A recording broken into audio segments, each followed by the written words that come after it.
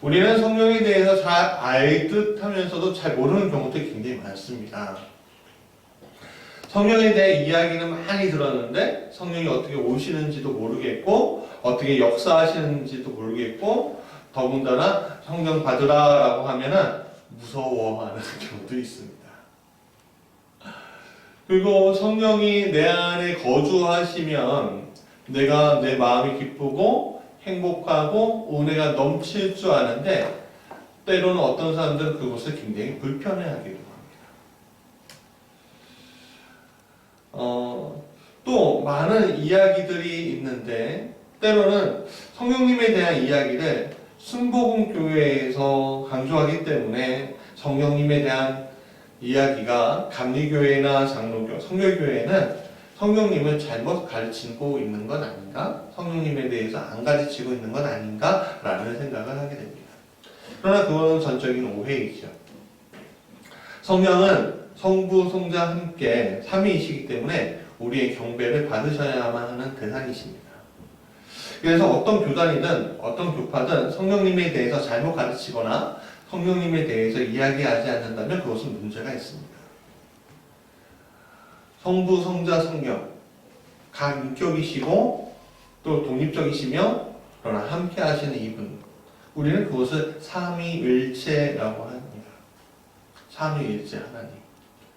그렇기 때문에 이 삼위일체 하나님의 한 분이신 성령님에 대해서 우리가 소홀히 하면 안 될 것입니다.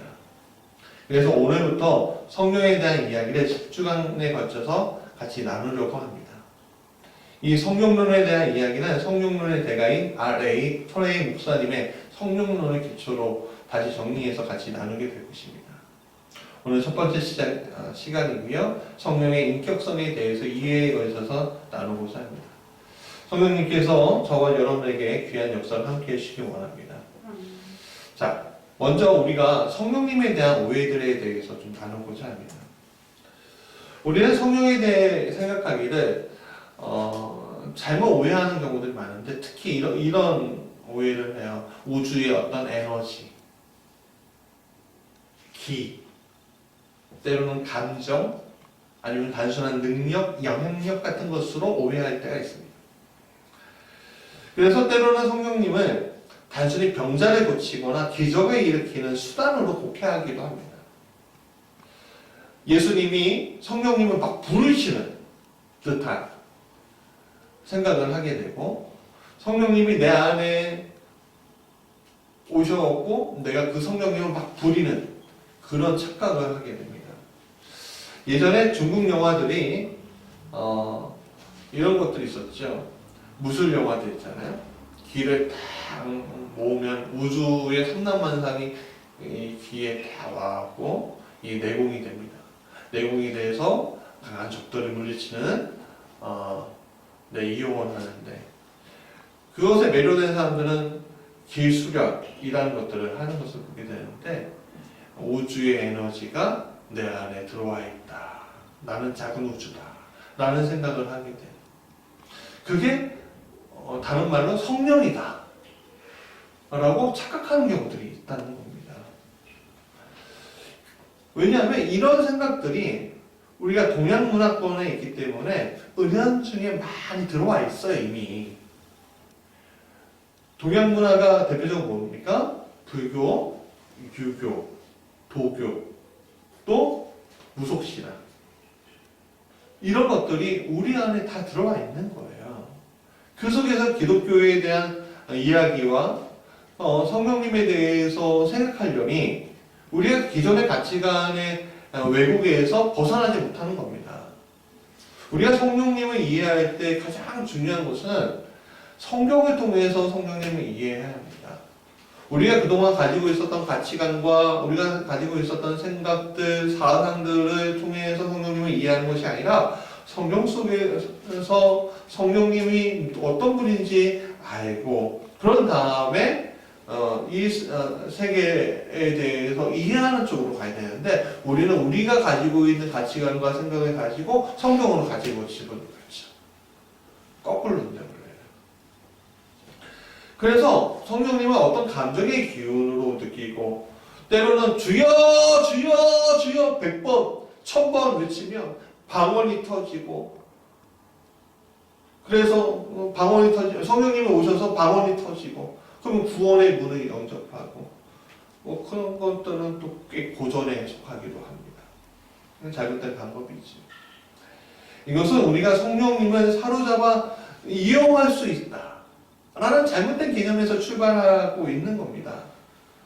이런 개념으로부터 시작되면 어떤 일이 일어나냐면 사람 안에 자기 확신, 자만, 과신, 과시로 나타나는 경우들이 많다는 거죠. 옛날 부흥사 목사님들이 이런 과시 속에서 예배를 드린 적이 있습니다.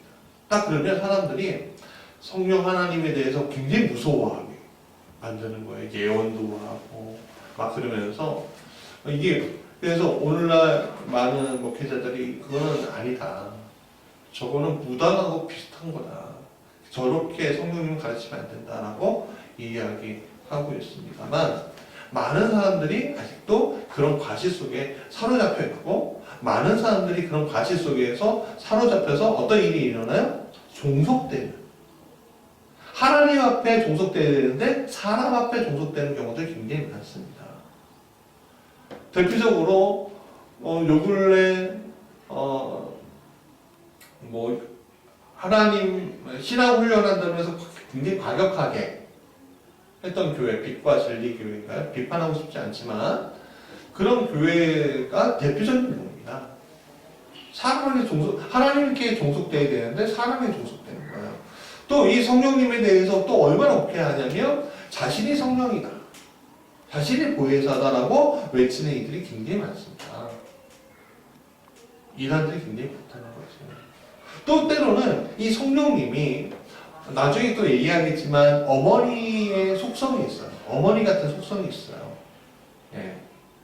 그래서 어떤 이단은 하나님 아버지가 있으니까 하나님 어머니가 있는 거 아니냐 하면서 성령을 왜곡에 하다 못해서 완전히 이상하게 만들어버렸어요. 그러니까 그런 거 다 아니라는 거예요. 그런 게 다 아니라는 거예요. 성령님을 우리가 이해하기 위해서는 어디를 통해서 우리가 알아야 돼요? 성경을 통해서 알아야 돼요. 우리의 상황을 통해서 아는 것이 아니라 성경을 통해서 알아야 한다는 겁니다. 그래서 우리가 자기 확신을 통해서 과시를 하면서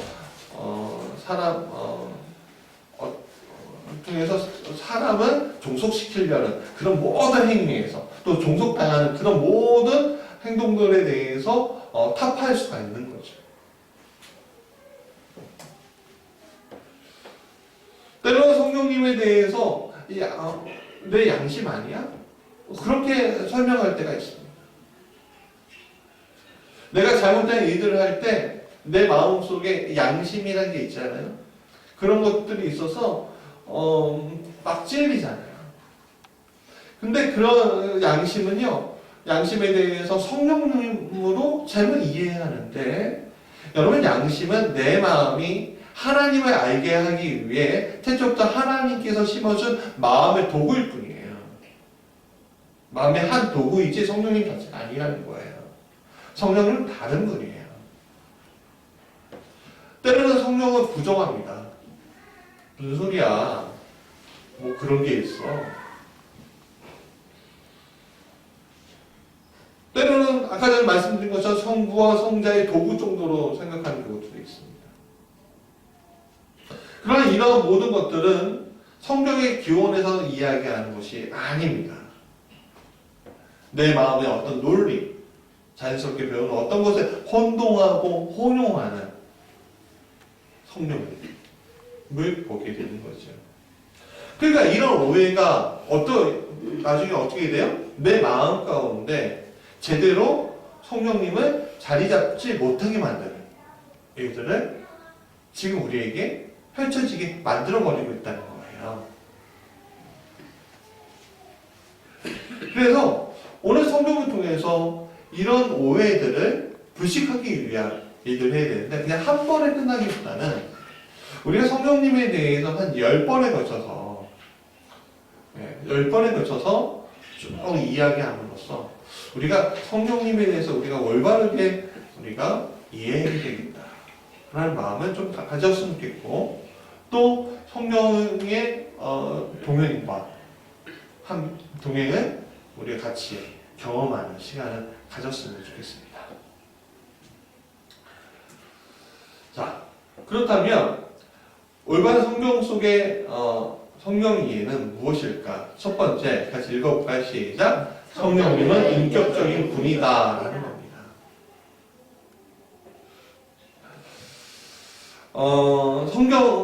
성령을 삼위의 한 분으로 설명하고 있고, 인격을 가지신 분이라고 분명히 말씀하고 있습니다. 인격의 고유의 특성은 뭐죠? 지성, 감정, 의지를 가지고 있다는 겁니다. 성령이 하나의 인격이라고 말하면 우리는 인격에 대해서 생각하기에 어떻게 생각하냐면 눈이 있고 코가 있고 입이 있고 보이는 형체, 손과 발이 있는 그런 형체가 있는 것을 인격이라고 생각합니다. 근데 사실은 그렇지 않다는 거예요.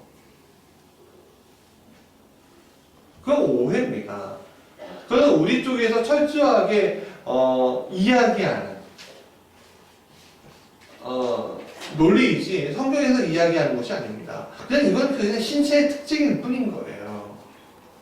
인격이 아닙니다. 인격의 특성은 지성과 감정과 의지를 포함하고 있기 때문에 알고 생각하고 느끼고 결정하는 모든 존재는 육체를 소유했던가 소유하지 않았던가 하는 점과는 굉장히 무관하게 그냥 하나의 인격으로서 나타나는 겁니다.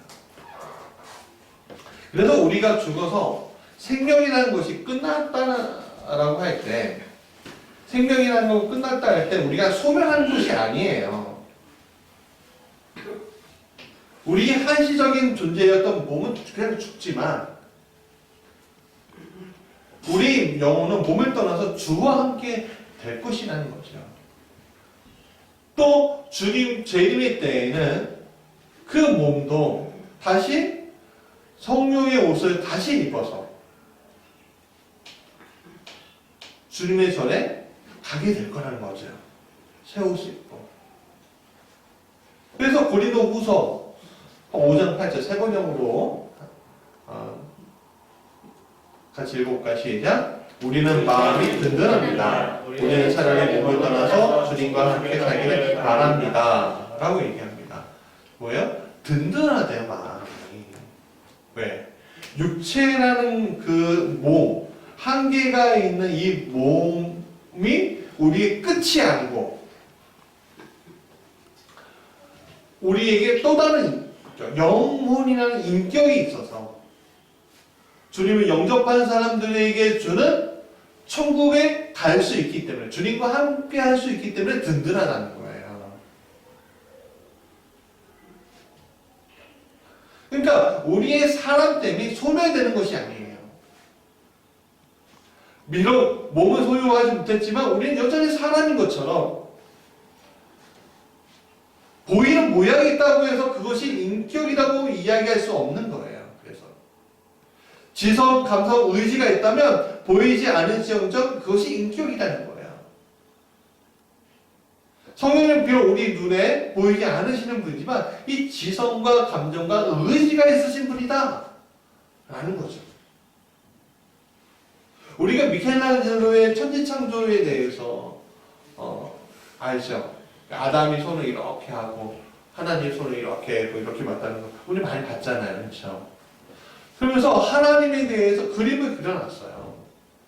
근데 그 그림을 그렸는데 그 그림은요 어떻게 보면 그리스 로마적인 어떤 사상 그러니까 그 어떤 그런 그 가치관에 그린 거예요. 하나님을 어떻게 형상화할 수 있겠어요? 형상화 보여주심은 예수님밖에 없습니다.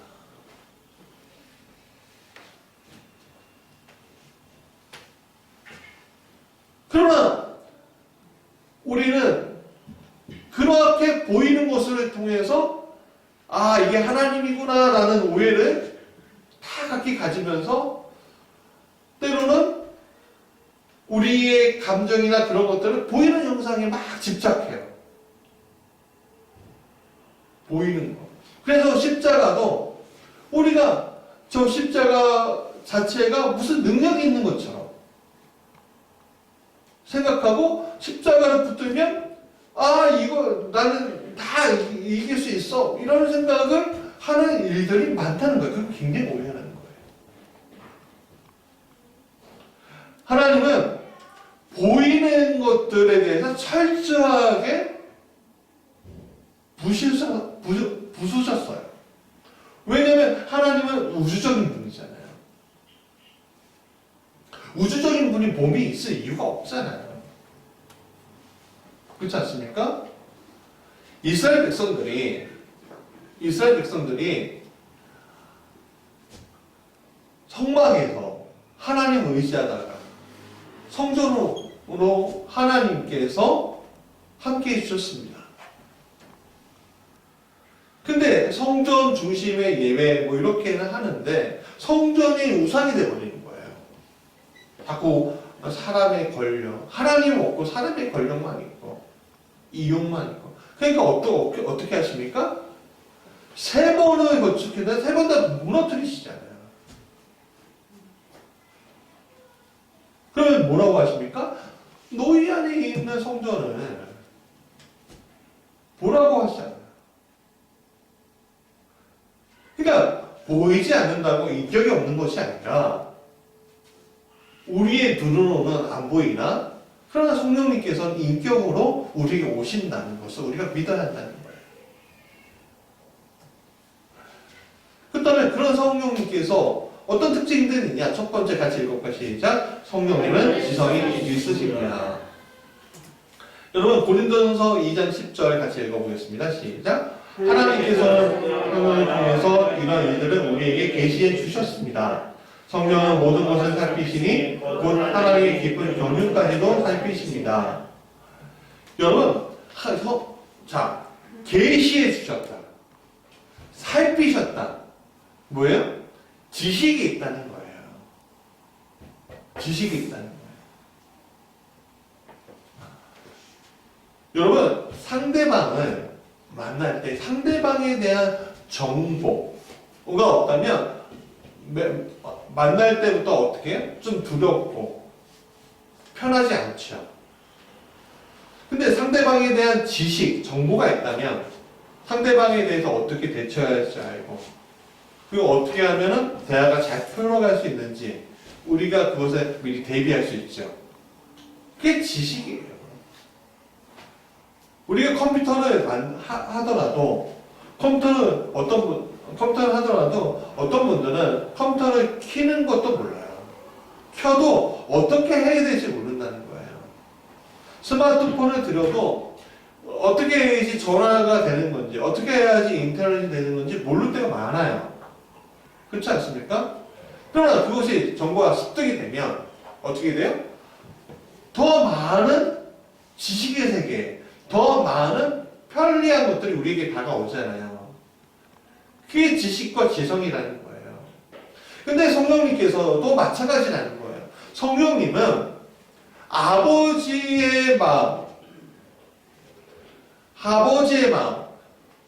성자 예수님의 마음을 미리 아시고 또 자신의 가지고 있는 우주적인 지식을 통해서 같이 동역하고 계시다는 거예요.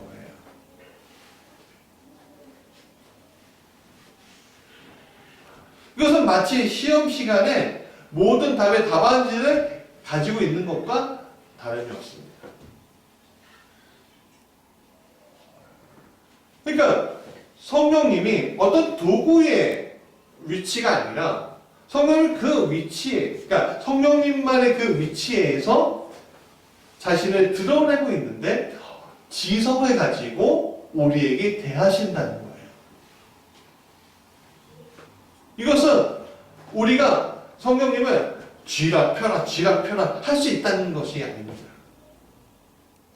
오직 성령님은 자신의 지성으로 우리에게 다가오시는 겁니다. 두 번째, 같이 읽어볼까요? 시작. 성령은 의지를 가지고 계시다. 같이 읽어볼까요? 고린도전서 12장 11절 시작. 이 모든 일은 한 분이신 같은 성령이 하시며 그는 원하시는 대로 각 사람의 은사를 나누어 주십니다. 자, 빨간 글씨 뭐라고 했죠? 그가 원하시는 대로라고 했어요. 원하시는 대로. 누가 원해요? 내가 원해서 성령을 받아요? 아니죠. 내가 원해서 성령이 오는 게 아니라 성령께서 와 주시는 거예요. 누구에게? 주를 기다리는 이들에게. 자, 보세요. 예수님이 세례를 받으셨잖아요. 그렇죠? 세례를 받으실 때 뭐가 비둘기처럼 왔다고 했어요? 임했다고요? 성령님이 오셨대잖아요. 예수님이 성령님 지금 세례를 받을 테니까 지금 와주세요 라고 했어요? 아니죠. 예수님이 자신의 사역을 순종하기 위해서 세례를 받는 그 순간에 하나님의 성령이 당신과 동역하겠습니다 하고서 오신 거잖아요. 예. 거기에 특징이 있어요. 그러니까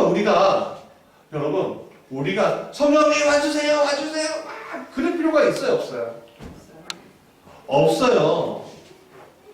우리가 기도할 때 성령님 와주세요 하면서 우리의 문제를 해결해 주세요 막 그러잖아요. 아니에요. 그렇게 기도하는 게 아니라는 거예요. 오늘 성령님은 오늘 우리가 올바른 길을 갈 수 있게, 자녀된 우리가 올바른 길을 갈 수 있게끔 그때와 그 시에 맞춰서 와주시는 거예요. 그리고 자신이 원하시는 대로, 자신의 원대로 하시는데 누구의 생각? 아버지의 생각과 예수님의 의지를 살피시면서 자신의 의지로 우리에게 나누어 주신다는 거예요. 뭐를? 은사를. 그러니까 우리가 성령님을 사로잡으려고 막 발부도 치고 그럴 필요 없어요. 우리가 그냥 하나님 앞에 순종하겠다 기도하고 내 욕심대로 사는 것이 아니라 하나님의 마음대로 하겠다. 그 내 마음을 통회하고 회개하고 그러는 순간 성령님께서 임해 주시는 거예요. 주여 주여 100번은 1000번 해고 주기도문 열리를 한 100번 외우면 100번 외우면 방언이 터져고 성령이 오시는 게 아니라 성령이 오셔서 방언이 터지는 게 아니라 이미 내 마음의 가운데 와 주셔요. 그리고 보게 하시는 거예요. 그러니까 쉽게 얘기하면 내 마음대로 사용하기 위한 거룩한 능력은 존재하지 않아요. 무슨 말인지 아시죠? 그러니까 목사가 여러분들을 위해서 안수할 때 안수해요. 치유를 위해서 기도하고 할 때 성령이 와 주셔서 그것이 그렇게 기도하는 것이 아니라 기도하고 간절한 마음으로 주님 이 불쌍히 여겨달라 도와달라 하실 때 성령께서 이 사람의 상황을 아시고 와 주셔서 인도해 주시는 거예요. 자, 세 번째 같이 읽어볼까요? 시작. 성령은 생각을 가지고 있습니다. 계십니다. 자, 로마서 8장 27절 세 번역입니다. 읽어볼까요? 시작. 사람의 마음을 꿰뚫어 보시는 하나님께서는 성령의 생각이 어떠한지를 아십니다. 성령께서 하나님의 뜻을 따라 성도를 대신하여 간구하시기 때문입니다. 여러분, 성령의 생각이라는 표현이 있어요. 성령이 뭐예요? 생각하신다는 거예요.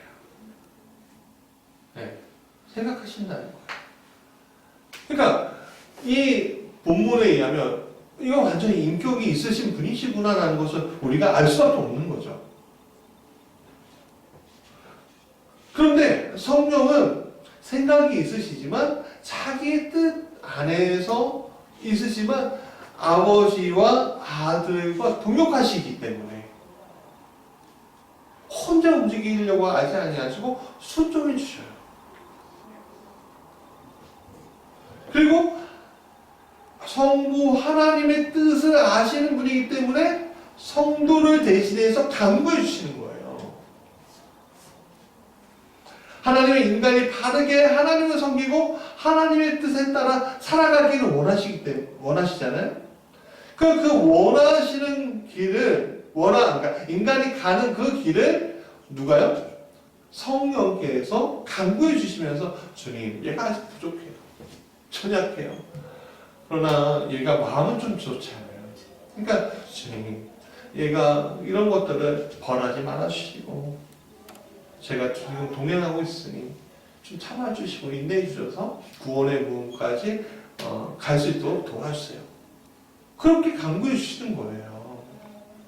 여러분, 우리의 소원들이 있잖아요.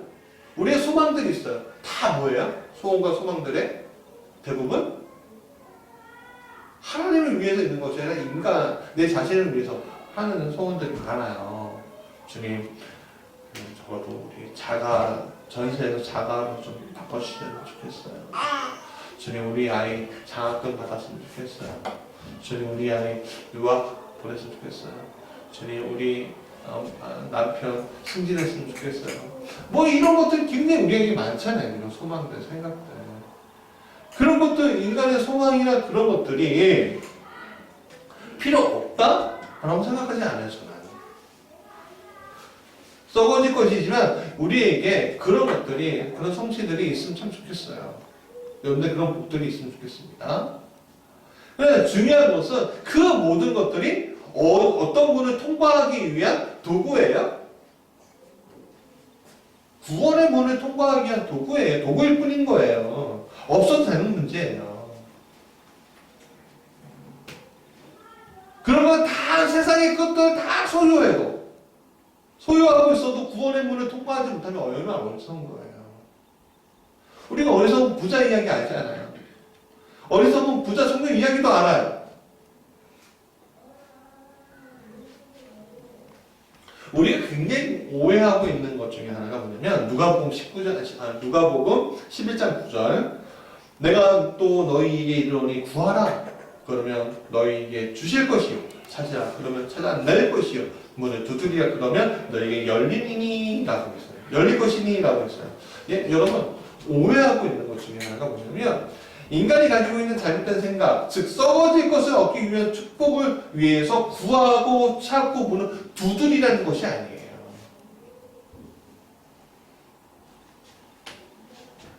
자꾸 보이는 거, 우리 자꾸 보이는 거에 집착하는 거예요. 자꾸. 그렇지 않아요? 왜? 그게 없으면 불편하거든요, 사실. 제가요, 여러분, 목사들이 사회생활 할 때 가장 불편한 게 뭔지 아세요? 지금은 안 그러지만 예전에 세금을 내지 않기 때문에 소득세 이런 것들을 신고를 안 해도 됐어요. 그렇기 때문에 뭐 그렇다고 해도 목사가 무슨 돈을 버는 직업은 아니에요. 그렇죠? 그러니까 어떤 일이 일어나냐면 신용이 없는 거예요. 신용이 없으니까 어떤 걸 못 만들어요? 신용카드를 못 만들어요. 굉장히 불편하더라고요. 신용카드가 없으니까.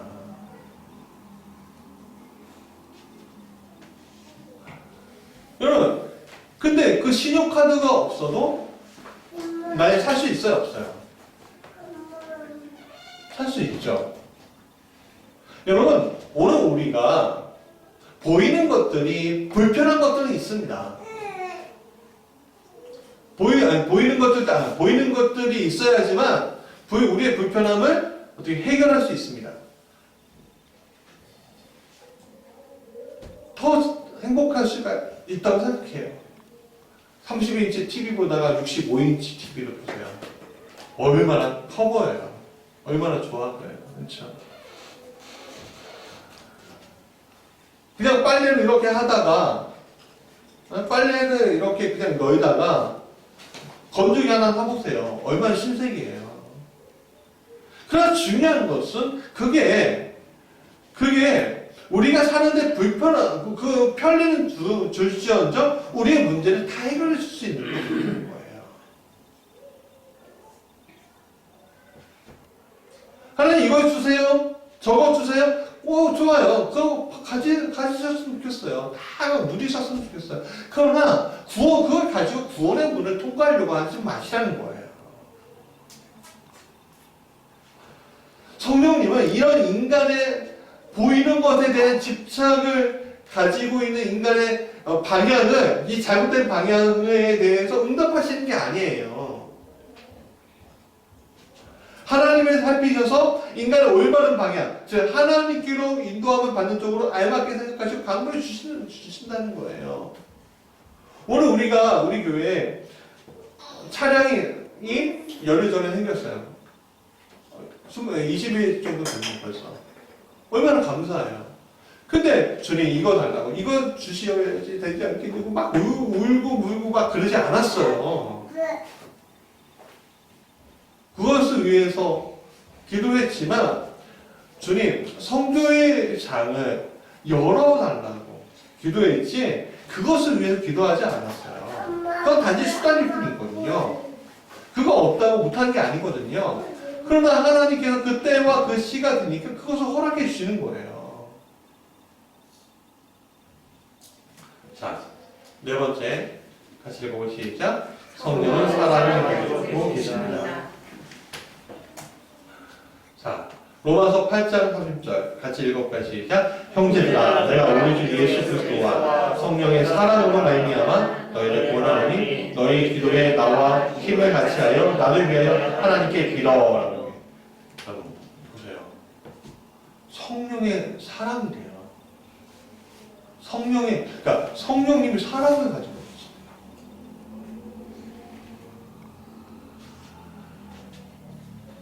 우리가 아버지에 대한 사랑, 그렇죠? 그건 잘 알아요, 그렇죠? 하나님 아버지에 대한 사랑 잘 알잖아요. 성자 예수님 아들이 사랑, 십자가 사랑 우리가 잘 알잖아요. 근데 성령님의 우리에 대한 사랑 잘 아세요? 잘 모르죠. 잘 몰라요. 그러면 성령님 우리를 어떻게 사랑하시나요? 성령님께서는 아버지의 아들에게 순종하십니다. 그러니까 이 세상에 오셨어요. 예수님을 승천하시면서 뭐라고 하셨습니까? 내가 뭘 보내겠다? 성령을 보내겠다 하잖아요. 성령님이 보내신다고 했잖아요. 그러니까 성령님은 오순절 마가의 다락방에서 300 성도가 어떻게 해요? 성령님이 와주셨잖아요. 누구에게 순종해 주셔서? 성자 예수님에게 순종해 주셔서.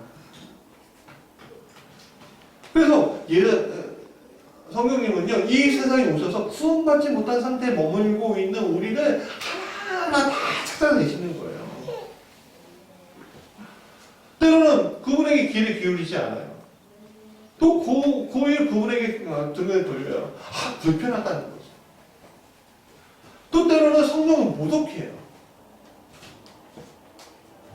근데 여러분 모독당하면 어떻게 해요? 한 대 칠 준비가 돼 있죠, 우리가. 그렇지 않아요? 싸울 준비가 돼 있잖아요. 그럼 모욕 어떻게 견뎌요? 사람이 자기 욕하면 견디는데 부모 욕하고 자식 욕하면 견뎌요? 못 견디잖아요. 우리는 준비가 돼 있어요. 싸울 준비가. 근데 성령님은요, 그것까지 견뎌주신다는 거예요. 누구를? 나를 위해서. 왜? 내가 구원의 문으로 가야 하니까. 그래서 견디기 어려운 수밖에 없는 곳까지 우리를 따라오시는 거예요. 우리가 범죄하고 있는 그 현장에까지 따라오셔요. 우리가 실수, 우리가 잘못된 생각, 음란한 생각, 욕심의 생각, 우리가 거짓된 생각, 저들을 이용하려는 그 생각까지 죄들을 양산하는 그 때까지 따라오셔서 포기하지 아니하시고 우리의 어리석음을 깨우치게 만드시기 위해서 노력하고 계시다는 거예요. 왜? 사랑하시니까. 사랑하시니까 비참한 우리의 인간의 비참함을 보지 못하시는 거예요. 이 비참함에서 예수 그리스도께 인도하셔서 영접하도록 하신다는 거죠. 우리는 진노 앞에 서 있는 죄인입니다. 근데 진노 앞에 서 있는 죄인은 성령님께서는 은혜 앞에 서 있는 의인으로 만드셨어요. 그게 얼마나 귀중합니까?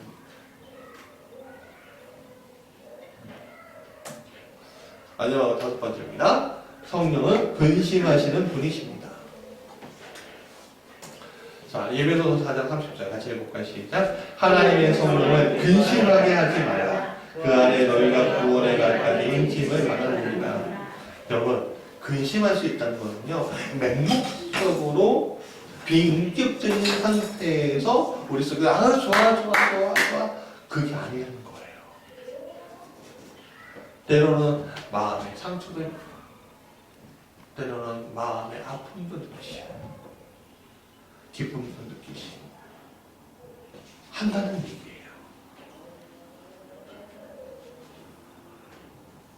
맹목적으로 비인격적으로 우리 속에 들어와셔서 우리를 억지로 끄집어내시는 것이 아니라 우리 속에 거하시면서 우리의 행동과 우리의 말과 우리의 생각들을 아버지께로 가게 하기 위해서 열심히 노력하고 수고하시는 거예요. 그 속에서 우리가 잘못된 말들과 행동과 또 잘못된 생각들로 인해서 성령님은 그것에 대해서 근심해요. 제 죄를 하면 안 되는데. 여러분, 아이가 내일 시험인데 판판히 놀고 있으면, 오늘 판판히 놀고 있으면 부모의 입장에서는 어떻게 해요? 근심하게 되죠. 일주일 내내 놀고 있으면 더 근심하게 되고, 1년 내내 놀고 있으면 더 근심하게 되잖아요. 근심한다는 거예요. 왜? 아이가 잘못된 판단을 하고 잘못되게 살고 있다고 생각합니다. 마찬가지. 성령님은 우리의 잘못된 판단과 잘못된 생각, 잘못된 가치관, 사고를 통해서 우리가 구원의 문으로 향해 가는 것을 삐켜나갈 때 근심하고 있다는 거예요. 근심하고 계시다는 거예요. 욕망의 허상들에 대해서 성령님은 다 알고 계시죠. 우리는, 그러니까 성령님을 잠깐 속일 수 있을까요? 그래서 성령님은 속일 수 없습니다. 성령님 잠깐만 좀 계세요. 좀 나쁜 일 좀 하고 그 다음에 다시 받아들일게요. 그런 분들 있을까요? 없을까요? 자꾸보다 많습니다. 자꾸보다 많아요. 근데 그게 아니야. 그럴 수 없어요. 성령님은 항상 따라다니면서 야, 안 돼. 야, 그러지 마. 그거는 해야지. 맞아. 그건 해야지. 그래. 내가 그 길을 도와줄게. 안 보이지? 그러니까 내가 그것을 도와줄게. 그분은 내 안에 들어와 움직이신 분이기 때문에 나를 예수 그리스도의 십자가 앞에 오게끔 하십니다. 그렇기 때문에 우리가 성령님 무시한 채 죄를 가운데 깊이 빠진다면 성령은 그것을 위해서 슬퍼하고 아파하시는 분이라는 거죠. 자, 말씀의 결론이에요. 자, 여러분, 성령님 보이지 않으시는 분이라고 했습니다. 성령 보이지 않아요. 보일 수가 없어요. 그렇다고 성령은 어떤 에너지, 생각, 감정, 누가 아버지나 아들이 부리시는 어떤 도구 같은 게 아닙니다. 성령님은 인격을 가지고 계신 거예요. 성도 다리도 눈도 입도 코도 이런 우리의 인체적인 그런 것들은 없으십니다. 그런 걸로 우리 사실은 꾸미고 있지 않았어요. 보이지 않게 우리는 성령님을 인격이 없으신 분으로 여기고 성령님에 대해서 제대로 알지 못하고 우리의 가치관으로 오해하고 그래서 그런 가치관을 통해서 살아가고 있는 우리에 대해서 성령님은 지금 근심하고 계시다는 겁니다. 성령님은 비록 우리의 눈에 보이지 않으시지만 오늘 그분이 가지고 있는 지성과 의지와 생각, 사랑과 그 힘을 통해서 가장 가까이 우리를 인도해 주시고 우리에게 계십니다.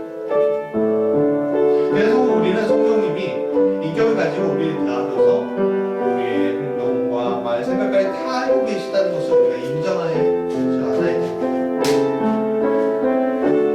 그분이 오늘 우리를 위해서 참으시고 여기까지 인도해 주셨습니다. 이것이 사랑입니다. 우리를 위한 그분의 사랑이 그렇게 모든이었습니다. 우리 모두 일어나실까요?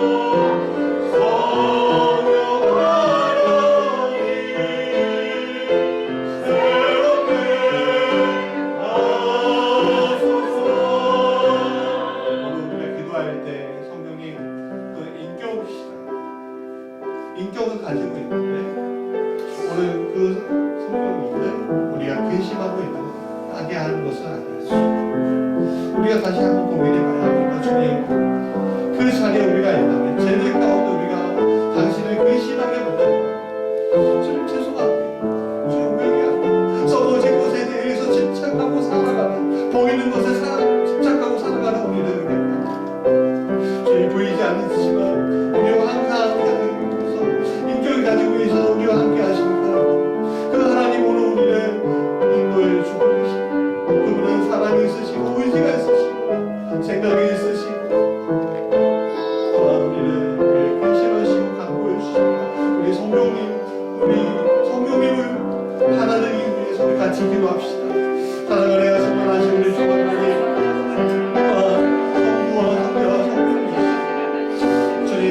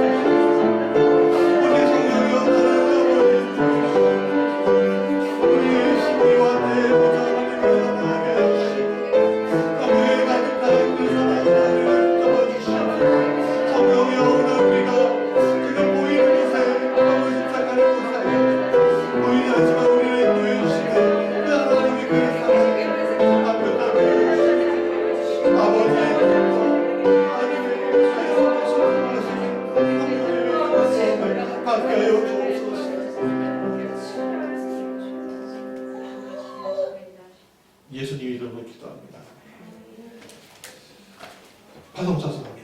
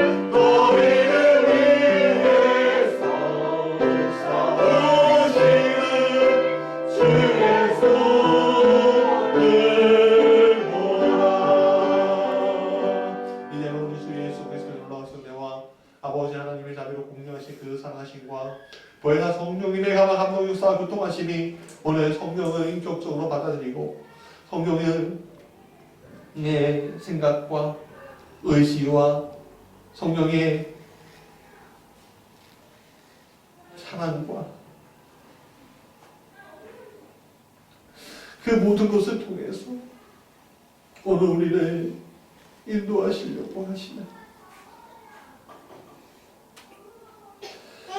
그 주님의 거룩하시고 만족하신 그 은혜 안에 우리 사랑하는 무지개 성도들이 거하기를 간절히 축원하옵나이다.